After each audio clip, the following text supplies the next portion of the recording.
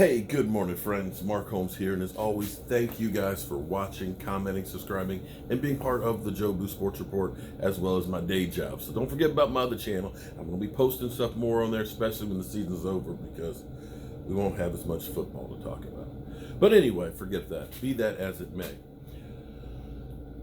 What I said, it's funny because I know I am not on ESPN. I am not on NFL Network or Fox Sports or any of these shows. And I didn't play professional football.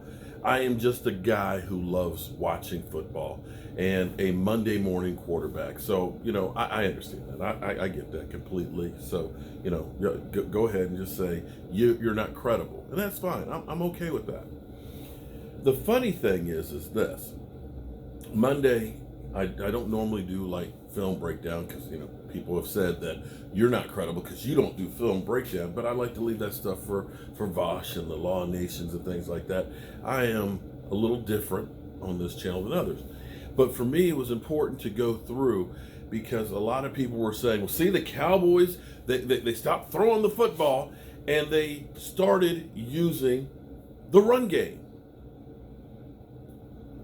And I said, wait a minute. The first drive set the tone for what the Cowboys were going to do. Because in the past, what we would do is first down, run Zeke Elliott. First down, run Zeke Elliott. Everybody knew on first down you were going to run Zeke Elliott. But see, and if you go through the New England game, you go through the Buffalo Bills game and the Bears game, the first half of those three games, we ran the ball on first down 42 times. This game, I think it was only 3. That's a big difference because teams were expecting you to run it on first down. But I pointed out that first drive that actually stalled at the 50-yard line set the tone because it came out and showed different looks. Now here we are with Skip and Shannon, and lo and behold, here we are 2 days later. Skip Bayless is saying exactly what I said. Let's listen. Fall behind by 21. You fall behind by 24. You neutralize it because that's what you want to do, Skip. You take the ball out of his hands. Yeah. So he's not effective if you take the ball out of his hands. Your turn, Skip. The irony of what the Hall of Famer across from me just said, they got back to who they should be. The truth is, they actually didn't get back to who they should be, who they were. They didn't. They went away from type. They went against their routine. They became completely unpredictable Sunday against the Rams.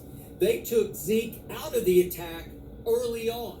What if I bang the desk on all year about bang, bang, bang? I'm sick and tired of seeing Zeke on first down go for 1 yard, 2 yards, -1, 0, 1, That's what I'm saying. 2. Every time I look up, it's 2nd and 9, it's 2nd and 8, it's 2nd and 10. It's hard to play behind the chains, as they call it. So what happened on Sunday against the Rams, Mr. Sharp? They flipped the script. I don't know if it's Kellen Moore, I don't know if it's Jason Garrett, I don't know if it's a combination, but pre-week, building up to that game, they said, let's self-scout. What are we doing the worst? We're handing it to Ezekiel Elliott on first down. All the time. He has the second most first down attempts in the whole league. He Predictable. averages 17th in yards per rush. So it's going nowhere slowly on first down. Okay. So what did they do? The first 8 first downs of the game on Sunday, Zeke didn't touch the ball. The first 8 times they had 1st and 10, he didn't touch the football. They threw it to Witt. They threw it to Amari. Dak ran it for 7 yards. They threw it to Witt. Jet sweep to Tavon. They threw it to Witt. Tony Pollard went 8 yards on a running play that shook him up and shocked him because they had the 2 backs in, so they went the other way. Used Zeke as a decoy. And the 8th one, was a throw to Michael Gallup. They were saying, don't give it to Zeke. Let's get going first. Then we'll give it to Zeke after that. They flipped the script. So they didn't hand it to Zeke on first down, but they had 30-plus attempts. for 243 yards. So even though they didn't run it on first, they got back to what they did. They did not get back to who they've been all year because they have been the most predictable first down team in all of football. No, they got back to what made them successful over the last 3 years, which was running Zeke. Okay, but hold on. But see, here's the difference. Skip. See, like when you throw to Jason Witten, and Jason Witten is not getting a lot of yards, and he gets 6 or 7 yards. It's 2nd and 3. That's when you run the football because it's a manageable down. If you end up running the ball on first down, like we were, and as Skip pointed out, and you end up getting 1 yard or no yards or 2 yards, it's now passing down. You're not going to run on 2nd down when it's 2nd and 10. It's just not going to happen very often. So what happened is we would end up running the ball on first down, weren't successful with it, then we got to pass and pass and pass. This way, because the Dallas Cowboys went out and they're throwing down the sidelines to Michael Gallup, because we ended up moving the pocket, okay, with Dak Prescott, on bootlegs, faking the dive, because you're throwing to Witten on first down, where you are setting up, like the first play, where they lined up, the very first play of the game, they lined up in their usual 2 tight ends. We had 2 tight ends on one side. We had Zeke Elliott in the backfield.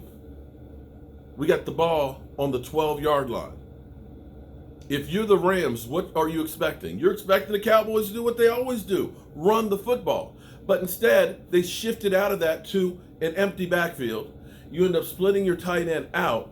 You now have 5 wide receivers. Oh, and Zeke Elliott goes out as well. You've now got 5 wide receivers out there on first down, and they end up throwing a 6-yard route to Jason Witten.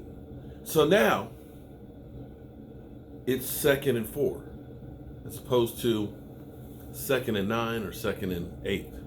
And that was the difference on the play calling, because if you don't know the nuances and things, if you just look straight at the statistics, you say, well, they ran the ball more this time, and so, that's why they won. It was the way that they ran the football that made the difference, because it wasn't just being that we're going to bludgeon them, we're just going to keep running play after play after play. They mixed up everything. You had 8 different people catch the football. And that, my friends, goes back to what I originally said this offense should be, which is death by 1,000 cuts. You had more than just Zeke Elliott kill you. You had your tight ends catching balls. You had Tony Pollard that was running the ball well. Your wide receivers, you didn't really need them because you picked them apart and the running game was more effective against them. But it was because the Rams did not know what to expect down after down after down after down. And that's it in a nutshell. And, I don't know how else to put it, but this time, Skip, you're 100% right. It's exactly how they ran the football differently. Sometimes you use the run to set up the pass, and sometimes you use the pass to set up the run. This time, you use the pass to set up Zeke Elliott in the run. I'm Mark Holmes, and there's Michael Anthony Fitness, and we got a lot of work to do up in here. I'll see you. Oh, anybody seen Philly 500? I'm kind of disappointed in Philly 500. We may have to do a little video to call him out, to get him to come out from underneath the rock he's hiding under right now. I'll see you guys.